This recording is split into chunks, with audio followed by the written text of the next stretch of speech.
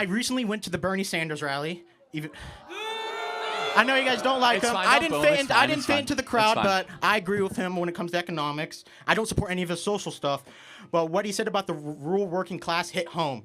In rural Idaho and other parts of America I've lived in, people are drowning in medical debt, working 2 jobs, falling behind when billionaires keep winning. You say universal health care is socialism, but countries like Poland, Hungary, Croatia are socially conservative, pro-family, pro-border, and still manage to support their people with health care and better wages. So how do you defend American economic system that leaves behind working class conservative people for this movement you claim to fight for? Fine. Great question. So in Idaho, would you say that you guys have some native reservations in Idaho, right? Yes. Would you say that they have great health care? No. They have universal health care. Actually, Paid for by the taxpayer. Do you think the VA is a good model for how health care should work? No. That is universal. Think about it. The VA is government doctors, paid for by taxpayers. Any veteran can go. The VA is the least favorable health care in the entire country, and it is universal health care. So you need to tell me why you think we should have more of Native American reservation health care and more VA health care, because that's what Bernie Sanders wants. So make your case. I basically just want universal health care. No, the VA. So don't interrupt him, please. Like, you want more health care like the VA. It doesn't work. There are waiting lines. The quality of care is very low. The complaints are through the roof. Bernie Sanders wants our entire healthcare system to look like the VA. Defend it. I'm just saying that I'm not asking for, like, I know UK and Canada have super long lines in their healthcare system, universal No, it's not even abstract. I'm talking about the VA is a real American example. It's not about Canada. It's not about the UK. I think it should be reformed. No, forget the reform. The VA has hundreds of billions of dollars of funding. It's taxpayer funded. The veteran pays nothing. They go there and it's all paid for. That's what Bernie Sanders wants, and it's largely a catastrophe. So show me and tell the American people why we should do more of that. I think we should have a new system, though. Okay, but it's not a new system. Bernie Sanders wants the VA for everybody. I want you to know what you're advocating for when you say that you want Bernie Sanders health care. You want the VA. Okay? Here's what we want. We want, of course, more competition, price vouchers, want the hospital lobby put on defense. But honestly, we want to be able for you guys to choose the doctor of your choosing, to be able to say, you know what? I don't want to have to take 6 vaccines when I walk into this doctor. I want medical freedom. Where in the VA or in a government-run hospital, you must take those vaccines. There are no exceptions. I do believe in some type of privatized healthcare, but I think then you don't believe what Bernie believes. The government should support that. Well, hold on. So more affordable people can afford that. By the government, you mean the taxpayer. So yes. Therefore, you mean higher taxes for working people. Because every time socialism is tried, every time it is taxes on more working people. He might say it's more taxes on billionaires. He might say it's more tax on the rich. It's everyday carpenters, welders, police officers, and people that work with their hands that end up paying more in taxes. I'm starting to be a CNC manufacturer. Great, and Bernie Sanders will raise your taxes. That's the fact. And you know what Donald Trump is fighting for right now? And Bernie Sanders doesn't have the courage to vote for it? No tax on tips. No tax on overtime. So let's talk about you. No tax on overtime. What would that mean for your specific industry? A big income boost for your family. Massive, in fact.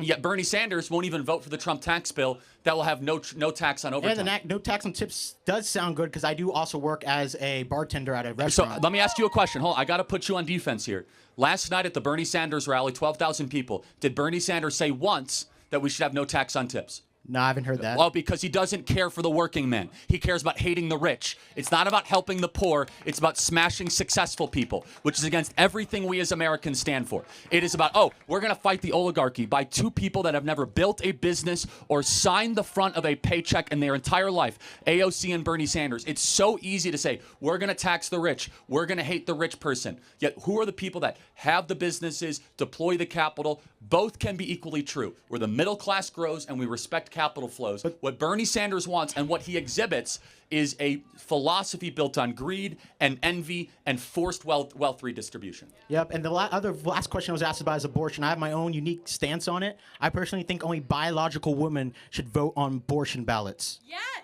Biological women. Yeah, we would still get crushed, but no, I don't but think that's a good if idea. they majority vote for a complete total abortion ban, even if it's against rape, incest, or life of the mother, I would allow that. I'll be fine with that. Okay, I disagree. I mean, first of all, the baby is half the man's as well. Let's remember that fathers have rights that are forgotten in the abortion argument. Secondly, it's a public policy But us getting involved debate. makes us look like we are the stuff that they say about toxic masculinity. Who that cares gives them how it looks? excuses to make us look like that. Who cares how it looks? We care about how things are and how it is. And to have like sex segregated ballot measures, I think is honestly really repulsive and offensive to what it means to live in a democratic constitutional republic, small d democratic. Saying like only women can vote on abortion matters.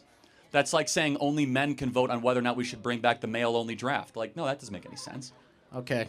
Yeah, but that's just how I feel as someone who has abortion. And I'm pro-life and a Catholic. Okay, but that's just how I feel. But I want you, and you came here in good faith, I want you to understand and study deeper how sinister Bernie Sanders' economic philosophy is. He panders to people that quite honestly are suffering economically and promises them free stuff and that we're going to take away all the wealth from the rich people. It's not that simple and it's not that easy. And every time his philosophy is tried, it results in the degradation of a society, the downfall of innovation, the entrance into the second and the third world, and sometimes even outright murder in concentration camps and over 100 million people dead. Again, I have to get back to this. Who would you rather trust to design a prosperous economy? How do you know Donald Trump and Elon Musk are not just keeping money for themselves? They're both billionaires too. But like, I'm just saying. See, but hold on.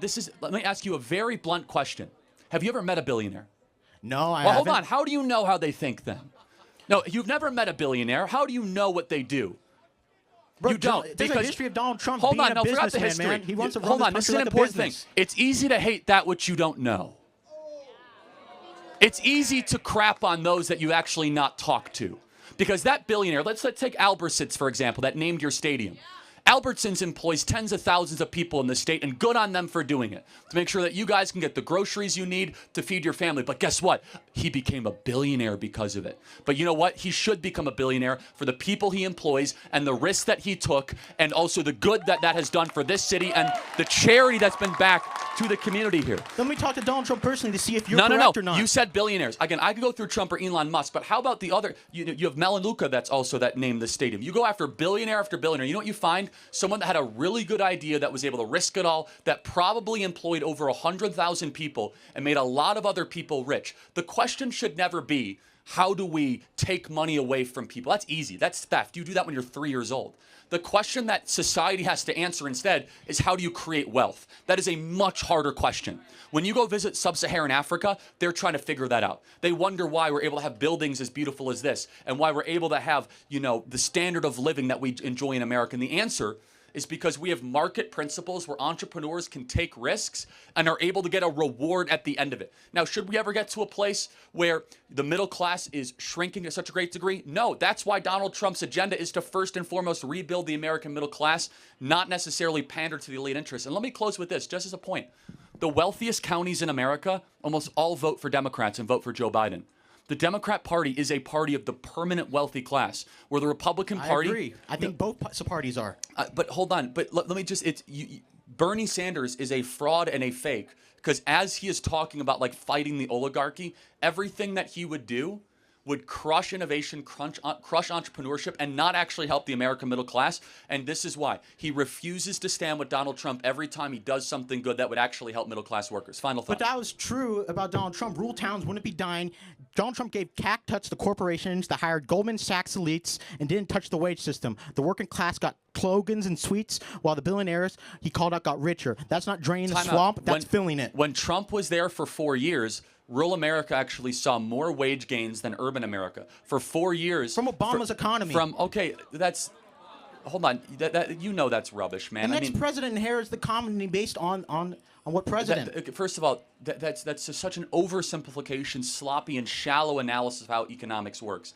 But most importantly, and I think you can acknowledge this, is that Donald Trump, what he did in the first term, we saw a blue-collar miracle, a blue-collar boom. The people that worked in manufacture saw their wages actually go up higher than the top 1%. And that is why blue-collar workers voted for Donald Trump so significantly this last election. That's why Trump is doing tariffs on China. Again, no tax on tips, no tax on overtime. And finally, you guys know that gas... the Democrats are super socially progressive and don't relate to the working class anymore. Gas That's prices, the reason why Trump won. Gas prices are going down dramatically, and you guys are going to see... It's still $3.10. I thought it would be $2 by now. Again, it depends on where you are in the country, but as far as West Texas oil crude, it was at $75 a barrel almost a week and a half ago. Now it's near $55 a barrel. I'm not sure where it is today. But let me just kind of close with this. It's easy and tempting, and I want to just caution you, because you're a Catholic and a man of faith. I want you to pray about this, and I want you to think about this. It's tempting to want to believe in socialism. It is a fact that socialism, before you get to the second sentence, Socialism violates 2 out of the 10 commandments. Thou shalt not covet, and thou shalt not steal. So what about the Eastern European countries that have this Zionist socialistic? Well, let's talk about it. Like Hungary, Poland. Yes, Hungary is very socially conservative, and they have some socialist, ideas. Let me ask you a question. Can you name a single Hungarian company? I don't know any Hungarian companies. Can you name a single Hungarian entrepreneur? Not I've heard of. Can you name a single Polish entrepreneur?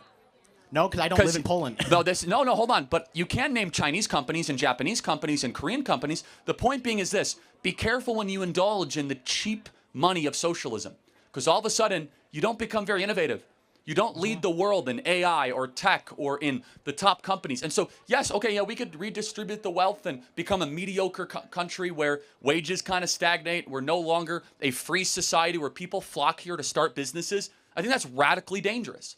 I think it's radically dangerous for us to compromise on a bedrock of mediocrity. There's some things Hungary likes that I do. There's something Poland likes that I do. But socialism at its core is this belief that the state will take care of you. We as conservatives believe first and foremost the family takes care of you, and then the church, and last case necessary, then the state. Have a great Holy Week. Thank you for your time. Appreciate it.